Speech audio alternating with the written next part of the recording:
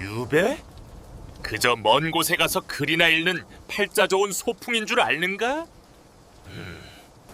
내 집에서 나를 가둘 울타리 비용까지 내 손으로 내야 한다면 그건 휴양이 아니라 지옥이지. 지금부터 내가 현실을 똑똑히 알려줄게네. 여러분, 만약 국가에서 벌을 내리면서 너 오늘부터 감옥에 가는데 거기서 먹고 자는 비용은 내가 다 내라고 한다면 어떠시겠습니까?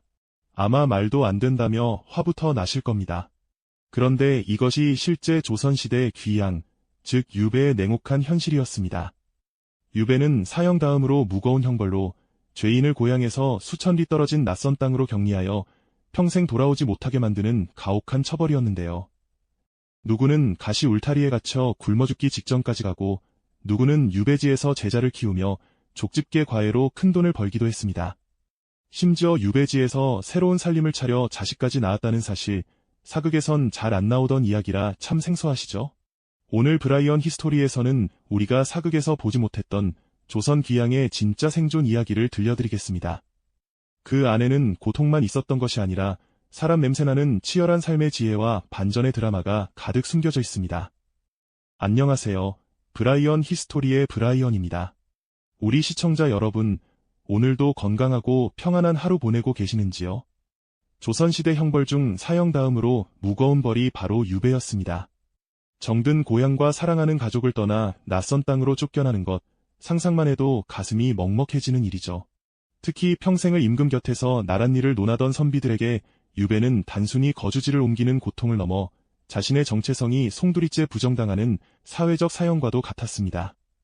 하지만 기록을 들여다보면 그 차디찬 유배지 안에도 사람이 사는 냄새가 나고 때로는 지금의 우리보다 더 치열하고 흥미진진한 삶의 드라마가 펼쳐졌습니다. 절망의 끝에서 붓을 들어 학문의 꽃을 피운 천재들의 고독한 투쟁부터 현지 주민들과 얽히고 설키며 벌어진 인간미 넘치는 소동극까지 말이죠. 오늘은 조선의 귀양 환경이 시대별로 어떻게 달랐는지, 그리고 그 고통의 시간을 기적으로 바꾼 인물들의 놀라운 뒷이야기를 함께 나누어 보려 합니다. 인생의 밑바닥에서 어떻게 다시 꽃을 피웠는지 저와 함께 조선의 그 뜨거운 삶의 현장 속으로 들어가 보실까요? 나라에서 보내주는 거니까 최소한 숙식은 제공해주겠지 라고 생각하셨다면 정말 큰 오산입니다. 유배는 철저하게 자비 부담 원칙이었습니다.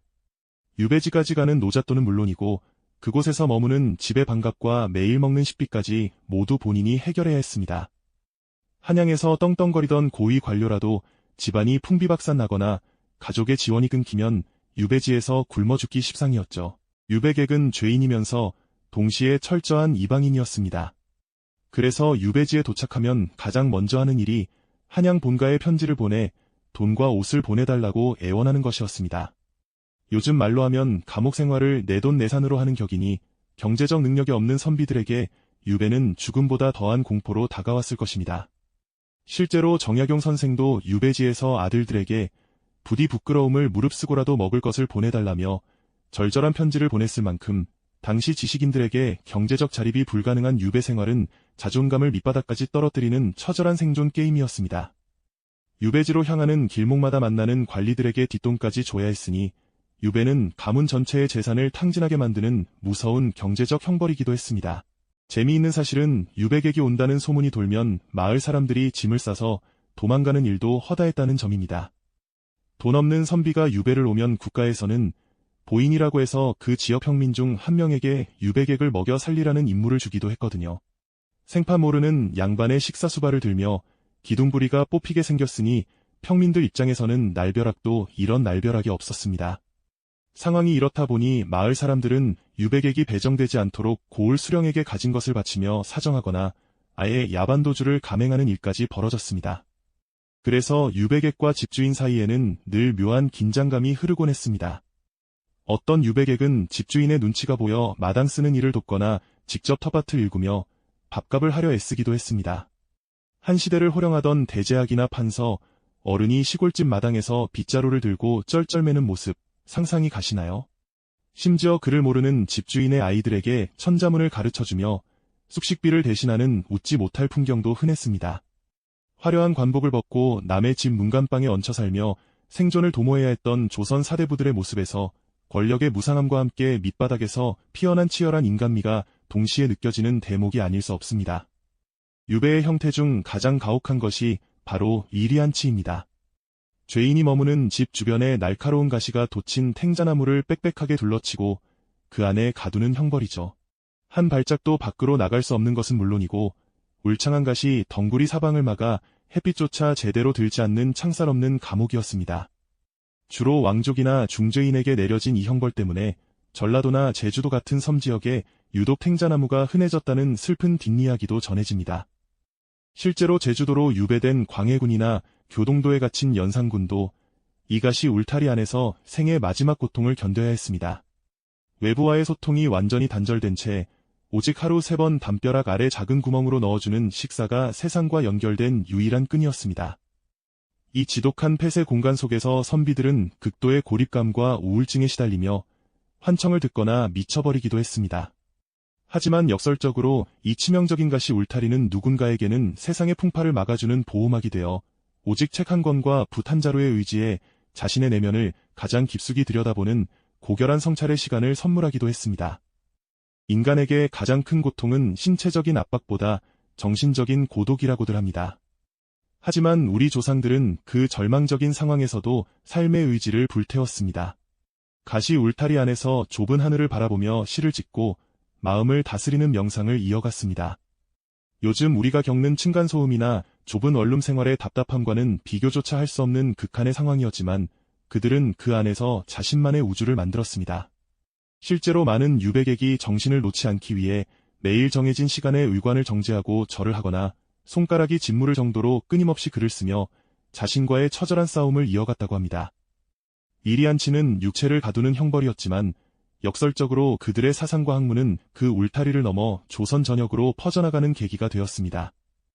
외부와의 단절이 오히려 내면의 깊은 울림에 집중하게 만드는 고도의 심리적 수련 과정이 된 셈입니다. 가장 어두운 곳에서 가장 밝은 빛을 찾아냈던 선조들의 끈질긴 생명력은 오늘날 무기력함과 시련에 맞서는 우리에게도 큰 울림을 줍니다. 먹는 문제도 빼놓을 수 없죠.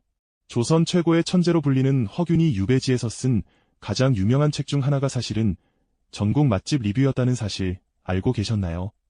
바로 도문대작 유이라는 책입니다. 유배지의 거친 음식과 소금에 절인 채소만 먹다 보니 과거 한양에서 먹었던 산해진미가 너무나 그리웠던 것이죠. 허균은 기억을 더듬어 전국 방방곡곡의 맛있는 음식과 그 특징을 상세히 기록했습니다.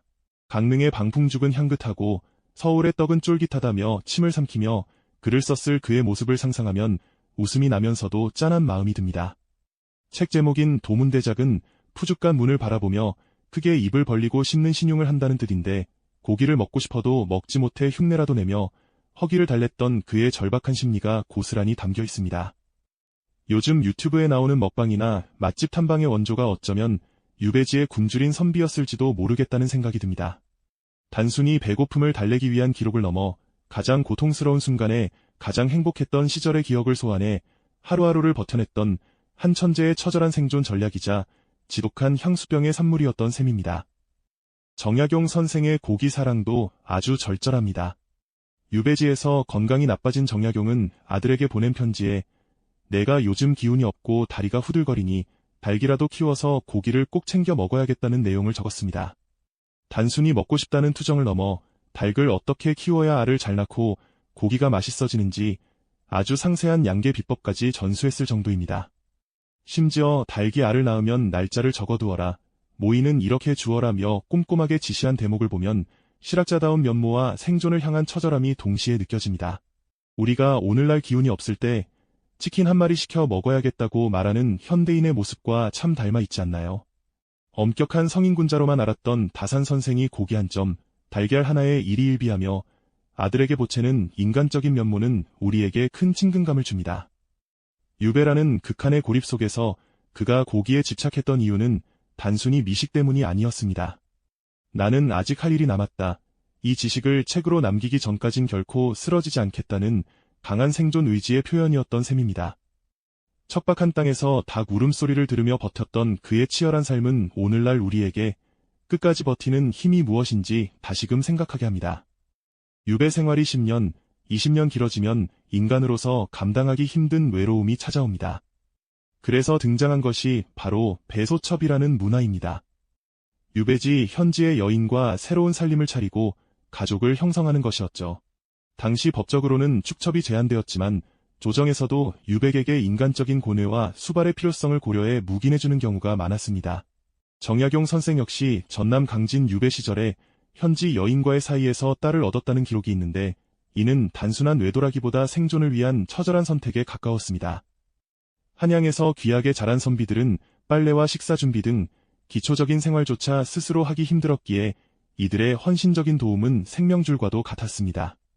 본가에 두고 온 부인에게는 미안한 마음이 컸겠지만 당장 내일이 보이지 않는 긴 세월 속에서 누군가의 온기와 보살핌은 절실했을 것입니다. 이처럼 유배는 단순히 죄를 받는 물리적 공간을 넘어 낯선 땅에서 새로운 인연을 맺고 또 다른 삶의 뿌리를 내리며 인간적인 드라마를 써내려가는 과정이기도 했습니다. 하지만 이런 새로운 인연은 유배가 풀리고 한양으로 돌아갈 때 가슴 아픈 이별로 이어지기도 했습니다. 배소첩과 그 사이에서 태어난 자식들은 신분상의 한계 때문에 한양으로 함께 가기 어려웠기 때문입니다.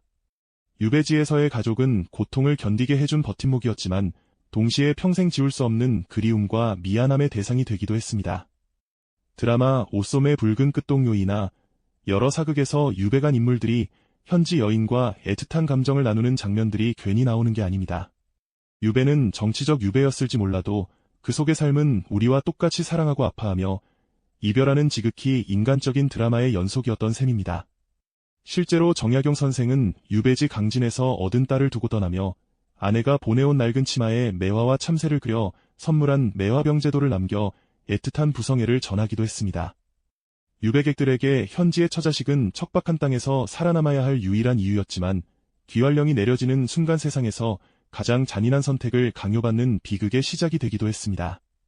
본가의 정실 부인에 대한 유리와 유배지 가족에 대한 사랑 사이에서 갈등하고 서얼이라는 굴레를 쓰고 살아가야 할 아이들의 앞날을 걱정하며 눈물로 밤을 지새웠을 그들의 심정은 유배라는 형벌이 남긴 가장 깊고도 가슴 아픈 흉터였을지도 모릅니다.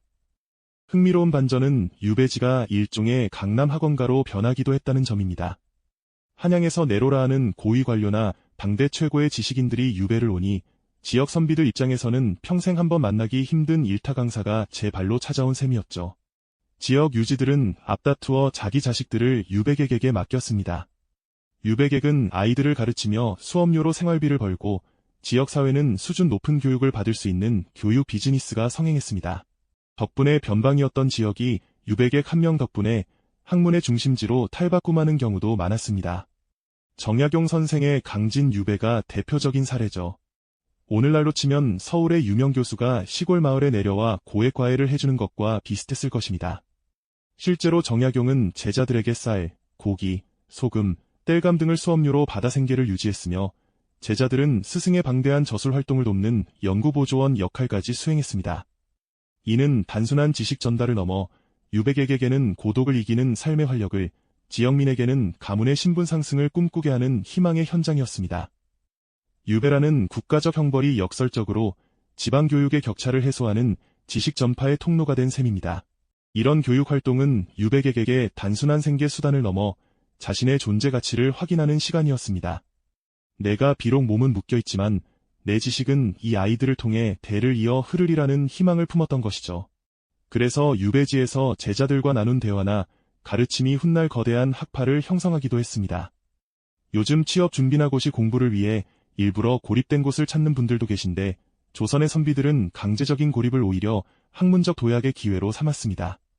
실제로 다산 정약용 선생은 강진 유배 시절 신분의 귀천을 따지지 않고 제자들을 받아들여 다산학단이라는 거대한 지식 공동체를 일구원했습니다. 한양에 세련된 선비가 시골 아이들에게 글을 가르치고 그 아이들이 스승의 방대한 저술 활동을 돕는 모습은 그 자체로 한편의 감동적인 휴먼 드라마였습니다. 심리학적으로 보면 이는 극도의 고립감과 무력감에서 오는 우울을 사회적 생산성이라는 가치로 승화시켜 극복해낸 놀라운 회복 탄력성의 사례이기도 합니다. 가장 낮은 곳에 떨어졌을 때 비로소 가장 높은 곳을 향한 가르침이 시작되었다는 사실이 참 아이러니하면서도 경이롭습니다. 유배지가 낳은 최고의 결실은 역시 시대를 초월한 부류의 명작들입니다. 그 정점에는 다산 정약용 선생이 계신데 그는 18년이라는 긴 유배 생활 동안 무려 500여 권에 달하는 방대한 저술을 남겼습니다. 얼마나 집요하게 지필에 매달렸던지 방바닥에 닿는 복숭아뼈가 3번이나 구멍이 났다는 과골삼경, 과골삼천의 일화는 오늘날까지도 치열한 학문 정신의 상징으로 회자됩니다. 유배는 그에게 육체적인 고문이었지만 역설적으로는 세속의 소음에서 벗어나 오직 진리 탐구에만 몰입할 수 있게 해준 강제적 안식년이자 인생에서 가장 찬란한 학문적 황금기가 되었습니다. 추사 김정희의 세안도 역시 유배지의 고독이 낳은 불멸의 걸작입니다. 제주도의 거친 바람과 척박한 환경 속에서 무려 8년이라는 긴 세월 동안 가시 울타리에 갇힌 이리한치의 고통을 겪으며 추사는 권력의 중심에서 밀려나 철저히 혼자가 되었습니다. 한때 권세를 누릴 때는 문전성시를 이루던 사람들이 모두 등을 돌렸을 때 이엄을 무릅쓰고 끝까지 의리를 지키며 중국에서 귀한 책들을 구해 보내준 제자 이상적에게 고마움을 담아 보낸 것이 바로 이 그림입니다. 그림 속 앙상하고 메마른 소나무와 잣나무는 화려한 기교 대신 꼿꼿하게 버티는 선비의 정신을 상징합니다. 겨울이 되어서야 소나무와 잣나무가 푸르다는 것을 안다는 발문은 인생의 혹독한 시련이 닥친 뒤에야 비로소 진정한 인연이 누구인지 알게 된다는 가슴 아픈 통찰을 담고 있습니다. 텅 빈 여백 속에 담긴 유배지의 시린 공기와 작가의 고독한 내면은 수백 년이 흐른 오늘날에도 우리에게 진정한 관계의 가치와 삶의 태도에 대해 묵직한 질문을 던집니다. 가장 외롭고 힘들 때 탄생한 이 예술은 단순한 그림을 넘어 인간 승리의 기록이기도 합니다. 여러분, 오늘은 조선시대 유배의 씁쓸하면서도 놀라운 이면들을 살펴보았습니다. 누군가에게 귀향은 사회적 사형 선고이자 인생의 끝이었지만 또 누군가에게는 자신을 깊게 돌아보고 이대한 업적을 남기는 성장의 시간이기도 했습니다. 실제로 현대 심리학에서는 이를 외상 후 성장이라 부르는데 감당하기 힘든 시련을 겪은 뒤 오히려 이전보다 더 높은 차원의 내면 세계를 구축하는 현상을 뜻합니다. 지금 혹시 인생의 어두운 터널을 지나고 계시거나 뜻하지 않은 시련으로 유배당한 것 같은 기분을 느끼는 분이 계신가요? 조선의 선비들이 그 좁은 가시 울타리 안에서도 붓을 놓지 않았던 것처럼 여러분이 오늘 겪고 있는 고난 또한 훗날 인생이라는 화폭 위에 그려질 멋진 걸작의 밑그림이 될 것입니다. 시련은 결코 우리를 무너뜨리기 위해 오는 파괴자가 아니라 우리가 진정 어떤 사람인지를 증명하고 단단하게 단련시키기 위해 찾아오는 조금은 거친 손님일지도 모릅니다. 유배지라는 척박한 땅에서 피어난 정약용의 학문과 김정희의 예술처럼 여러분의 가장 외로운 시간 역시 가장 찬란한 결실을 맺기 위한 숙성의 과정임을 잊지 마시기 바랍니다. 오늘 브라이언 히스토리가 들려드린 조선의 유배 이야기가 여러분의 삶에 작은 위로와 지혜가 되었기를 바랍니다. 이 흥미롭고 따뜻한 이야기가 마음에 닿았다면 구독과 좋아요로 브라이언을 응원해주세요. 여러분의 작은 격려가 더 좋은 영상을 만드는 큰 힘이 됩니다. 사실 역사는 단순히 박제된 과거의 기록이 아니라 오늘을 살아가는 우리에게 건네는 따뜻한 조언이기도 합니다. 유배라는 최악의 절망 속에서도 정약용은 수백 권의 책을 썼고 김정희는 예술의 정점을 꽃피웠으며 이름 모를 누군가는 낯선 땅에서 다시 가족을 꾸려 삶을 지탱해 나갔습니다. 이들의 치열한 생존기는 지금 각자의 자리에서 고군분투하는 우리에게 어떤 상황에서도 나 자신을 포기하지 말라는 묵직한 메시지를 던집니다. 혹시 여러분이 알고 계신 또 다른 특별한 유배 이야기나 만약 내가 유배지에 떨어진다면 이것만은 꼭 가져가겠다 싶은 물건이 있다면 댓글로 자유롭게 나눠주세요.